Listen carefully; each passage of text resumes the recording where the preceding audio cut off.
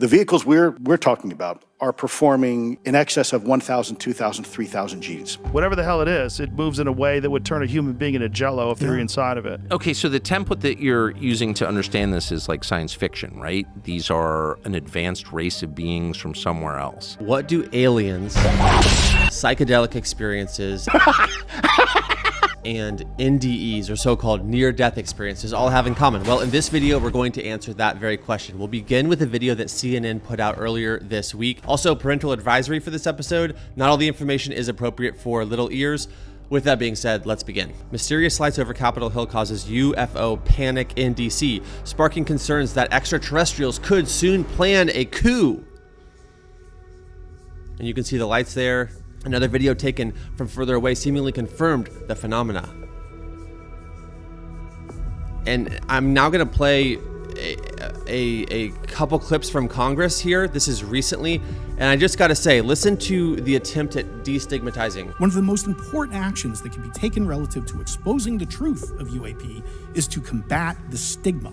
And this is where I believe that NASA can be eminently helpful. As the saying goes, the truth is out there. We just need to be bold enough and brave enough to face it.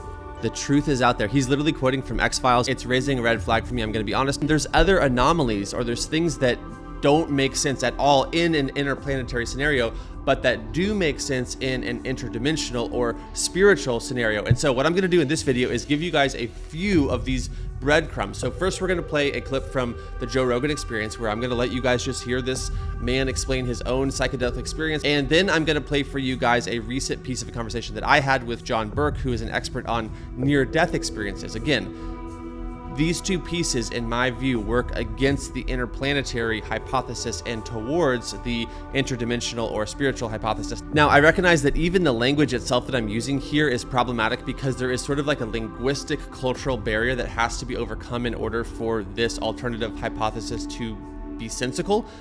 But let's just do it. Let's dive in. I did psychedelics recently, and this is a reoccurring topic. And once again, I gotta say, this is just something I see in my vision quest, right? So I asked the alien last time, I go, are you real? Are aliens real? He goes, you know what we look like, right? I'm like, well, yeah, the big eyes, almond eyes like this, bluish gray, big head. Like, you know, like you've all seen that picture. I'm like in like nature, like with a shaman, and I'm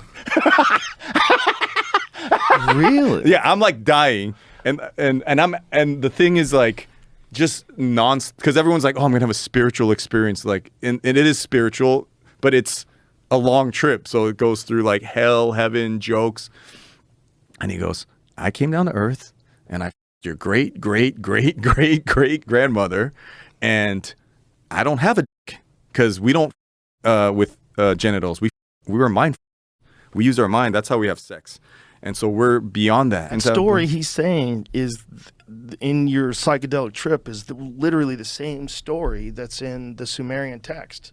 That's why when you say wait, in the Sumerian text they say Asians are spawns of no.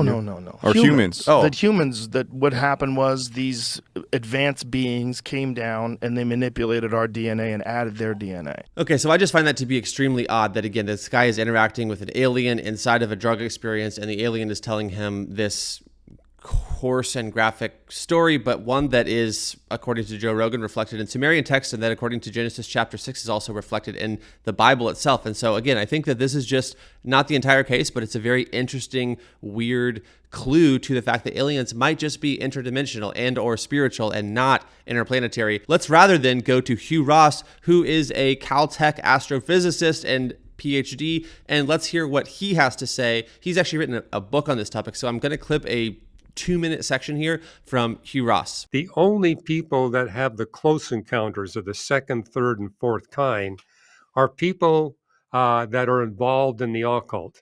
And the more involved they are, the more likely they are to have one of these close encounter events.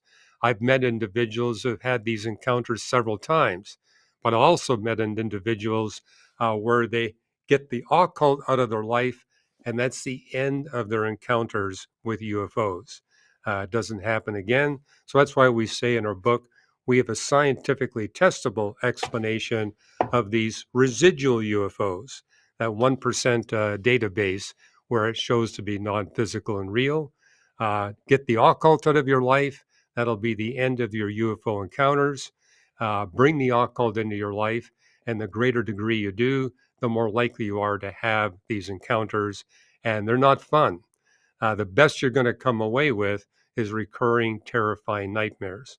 Worst case, you get killed by the phenomena.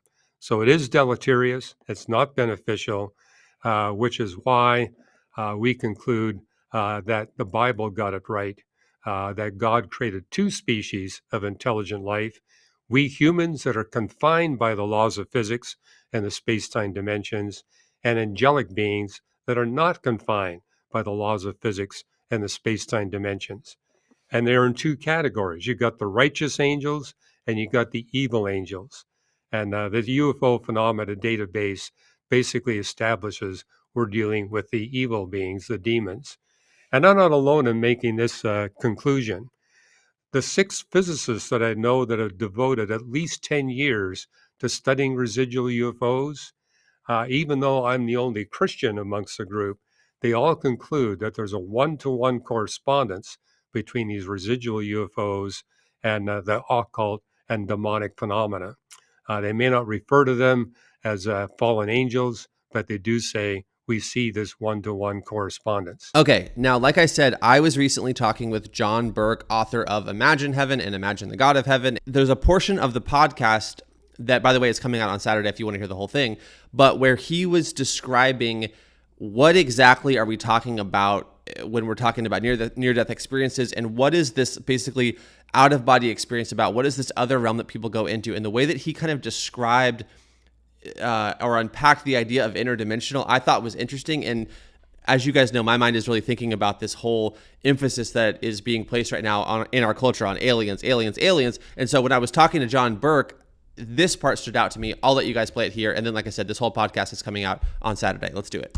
That's the first thing that, as a skeptical engineer, got my attention. I was like, okay, what are these? Because this grounds them in reality. So here's what I think is actually happening. And I don't see why scientists and who are skeptical would push this away, because science has already postulated that there are at least 5 dimensions to our reality. Einstein's general theory of relativity works perfectly to describe the motion of huge masses like planets and galaxies. Quantum physics works perfectly to describe the micro, but the two don't work together. And that's always been an issue. But Kaluza and Klein came up with a paper that put in a 5th dimension to the equations, and they reconcile.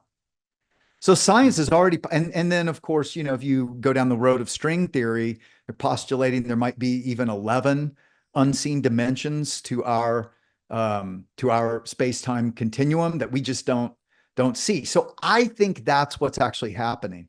It's like, imagine if we're living this 3-dimensional experience on a flat black and white painting on the wall of your house, okay? Mm-hmm.